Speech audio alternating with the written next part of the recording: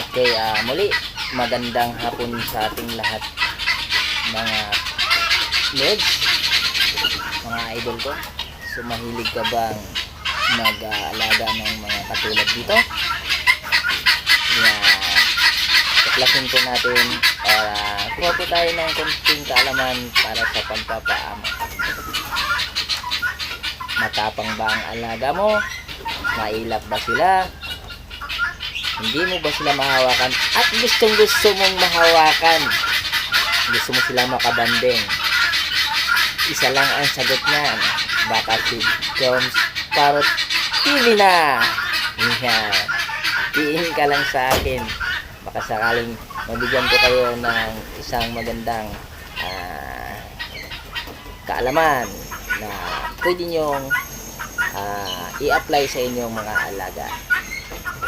So, yan. Sa pagpapaamo po ay isa sa pinakadabi sa kanila yung lagi mo sila nakakabanding.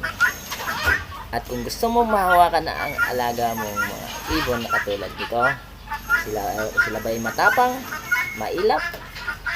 Ayan. Kay Joms Parrot TV ka lang, message ka lang. Siyempre, huwag mong kalimutan mag-subscribe para lahat ng aking i-upload